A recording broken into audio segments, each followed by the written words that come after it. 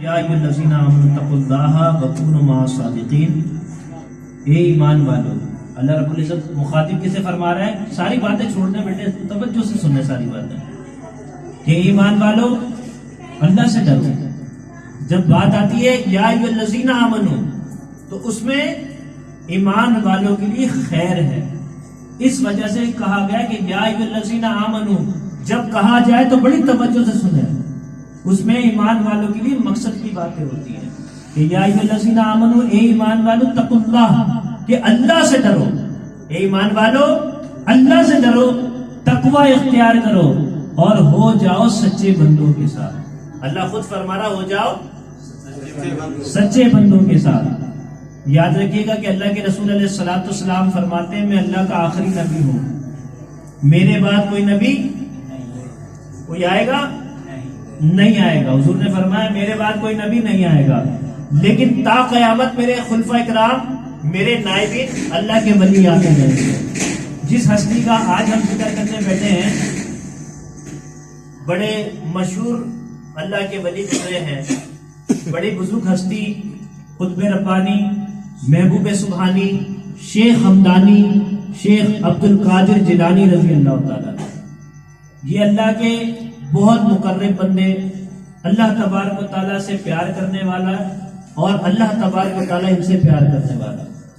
اللہ کے ولی یاد رکھیے گا ان کے سروں پر سینگ نہیں ہوتے، اللہ کے ولی پانی میں چل کے نہیں دکھاتے، اللہ کے ولی ہوا میں اڑ کے نہیں دکھاتے، اللہ کے ولی پھونک مار کر آگ نہیں لگاتے، بلکہ اللہ کے ولی شریعت پر کامل عمل کرتے ہیں، اور جب شریعت پر کامل عمل کرتے ہیں تو اللہ تبارک و تعالیٰ انہیں اپنا دوست بنا لیا کرتا ہے۔ سبحان اللہ۔ تو جس ہستی کا ہم ذکر کرنے بیٹھے ہیں، شیخ عبد القادر جیلانی رضی اللہ تعالیٰ عنہ، جب آپ کا ذکر ہوتا ہے تو ساتھ میں آپ کے والد گرامی حضرت ابو موسیٰ رحمۃ اللہ علیہ اور آپ کی والدہ محترمہ بی بی فاطمہ رحمۃ اللہ علیہ کا بھی ذکر ہوتا ہے۔ ابو موسیٰ رحمۃ اللہ علیہ کے تقوی کا عالم یہ تھا، تقوی کے بارے میں عرض کر رہا ہوں کہ آپ کا تقوی یہ تھا کہ نوجوانی کا عالم ہے اور بھوکے تھے کئی دنوں کے۔ بڑے توجہ سنیے گا، بڑا مشہور واقعہ آپ نے سنا ہوگا کہ کئی دنوں کے بھوکے تھے تو آپ نے کیا دیکھا کہ نہر سے بہتا ہوا ایک سیب آ رہا تھا، آپ نے اس سیب کو اٹھایا اور تناول فرما لیا، اور تناول فرمانے کے بعد زاروں قطار رونے لگے، زاروں قطار روتے ہیں۔ توجہ سے سنیں میری مائیں بہنیں بھی، ان سے گزارش ہے جو میری مائیں بہنیں آپس میں محو گفتگو ہیں وہ بڑے توجہ سے اس واقعے کو سنیں کہ وہ کیا کرتے ہیں، سیب تناول فرماتے ہیں، اور سیب تناول فرمانے کے بعد زاروں قطار روتے ہیں، اور رو رو کر یہ کہتے ہیں کہ ابو صالح موسیٰ، اگر اللہ تبارک و تعالیٰ نے تجھ سے حساب لے لیا اس سیب کے بارے میں تو تو اللہ کو کیا حساب دے گا؟ آج ہمارا حال کیا ہے؟ بھائی بھائی کا حق کھانا چاہتا ہے، والدین اولاد کے حق کو مار رہے ہیں، اولاد والدین کے حق کو مار رہے ہیں۔ ہو رہا ہے نہیں ہو رہا؟ ہر بندہ یہ چاہتا ہے کہ سب کچھ میں ہی رکھ لوں، میں ہی ہڑپ کر لوں۔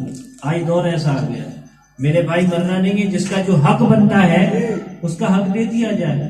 میری بات سمجھ رہے؟ جس کا جو حق بنتا ہے شریعت کے مطابق اس کا جو حق بنتا ہے اس کو دے دیا جائے۔ تو بہرحال بات تو کہیں اور نکل جائے گی اگر بیان کروں تو۔ آپ نے سیب تناول فرمایا اور زاروں قطار روتے ہیں۔ تقوی کا عالم یہ ہے کہ ابو صالح موسیٰ، اگر اللہ رب العزت نے روز قیامت اس کے بارے میں حساب لے لیا تو اللہ کو کیا حساب دو گے؟ تو آپ اسی خوف میں نہر کے ساتھ چلنے لگے، چلتے جاتے ہیں آپ نے دیکھا کہ چند درخت لگے، اس کی شاخیں اسی نہر کی جانب ہے اور اسی نسل کے سیب لگے۔ آپ سمجھ گئے کہ جو میں نے سیب کھایا ہے وہ اسی باغ کا ہے۔ باغ کے اندر داخل ہوئے تو مالک کو دیکھا، اور مالک کیسے تھے؟ ظاہر باشرہ باطن با خدا۔ سبحان اللہ۔ یہ کون تھے؟ شیخ عبد القادر جیلانی رحمۃ اللہ علیہ کے نانا جان تھے، حضرت عبداللہ رحمۃ اللہ علیہ۔ بات سمجھ رہے ہیں؟ جب اندر داخل ہوئے عرض کرتے ہیں کہ یہ حضرت آپ کے باغ کا ایک سیب نہر کی جانب بہتا ہوا آ رہا تھا اور میں نے اس کو اٹھا کر تناول کر لیا ہے، حضرت یا اس کی قیمت لے لیں یا مجھے معاف کر دیں۔ تو آپ نے کیا دیکھا؟ نوجوان ہے، چہرے پر حسن ہے، جوانی کا عالم ہے. بابا فرید فرمایا کرتے تھے لوگوں جوانی مستانی ہوتی ہے. بابا فرید فرمایا کرتے تھے جوانی مستانی ہوتی ہے. کسی اللہ والے کا پتہ بتا دو تاکہ ان کی صحبت میں رہ کر اپنی زندگی گزار دیں. سبحان اللہ. جب اس اللہ کے ولی کے پاس نے کہا کہ حضرت مجھے معاف کر دے، وہ بھی اللہ والے تھے. ظاہر سی بات ہے، نانا جان تھے، وہ بھی اللہ والے. فراست کی نگاہ سے دیکھ رہے ہیں کہ چہرے پر حسن ہے، جوانی کا عالم ہے. کیونکہ اللہ کے رسول فرماتے ہیں مومن کی فراست کی نگاہ سے بچو، وہ اللہ کے نور سے دیکھتا ہے. تو آپ نے فرمایا میں ایسے معاف نہیں کروں گا.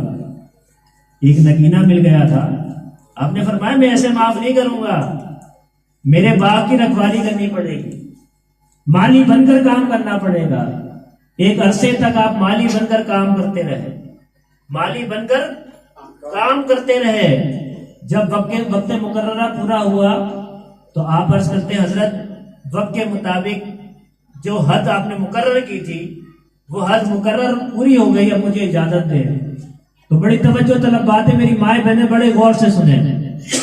تو کہا مجھے اجازت دیں. آپ نے فرمایا میں ایسے معاف نہیں کروں گا، میں ایسے معاف نہیں کروں گا.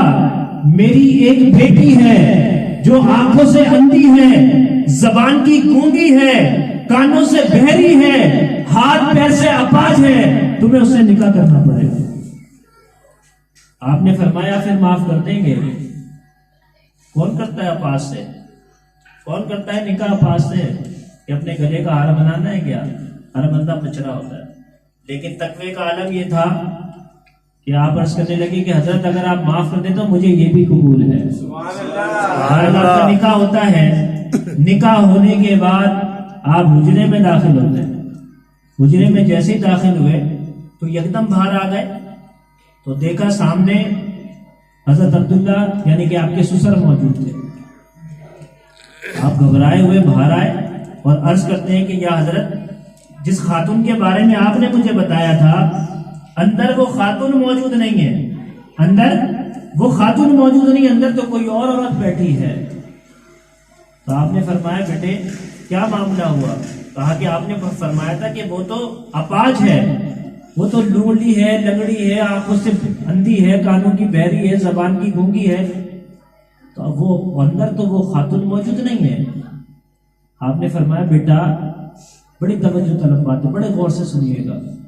کہا کہ بیٹا جو ہم نے کہا آنکھوں سے اندھی ہے، اس نے کبھی ان آنکھوں سے کسی غیر محرم کو نہیں دیکھا. سبحان اللہ. ہم نے کہا زبان کی گونگی ہے، اس نے اپنی زبان سے کبھی جھوٹ نہیں بولی. سبحان اللہ. ہم نے کہا وہ کانوں سے بہری ہے، وہ فحش کلامی ان کانوں سے نہیں سنتی. سبحان اللہ. ہم نے کہا کہ پاؤں سے لنگڑی ہے، اس نے کبھی اپنے گھر کی دہلیز سے قدم باہر نہیں نکالی. بیٹا وہ تیری ہی بیوی ہے. سبحان اللہ.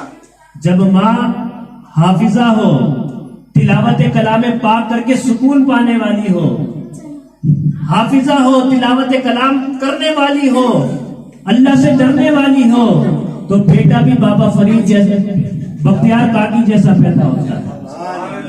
آپ کی والدہ حافظہ تھی اور جب آپ تھوڑے بڑے ہوئے بختیار کاکی رحمۃ اللہ علیہ پڑھنے کے لیے گئے تو آپ کی ماں نے استاد کے پاس بٹھایا، فرمایا بیٹے پڑھے بسم اللہ الرحمن الرحیم.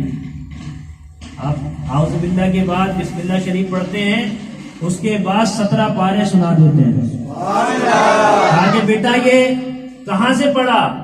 کہا کہ جب میری ماں مجھے دودھ پلاتی تھی پہلے وضو کر لیتی تھی، اور میری ماں 17 پاروں کی حافظہ تھی اور وہ دودھ پلاتی تھی اور قرآن پاک کی تلاوت کرتی تھی، اور تلاوت کر کر کے میں نے یہ سن کر 17 پارے حفظ کر لیے.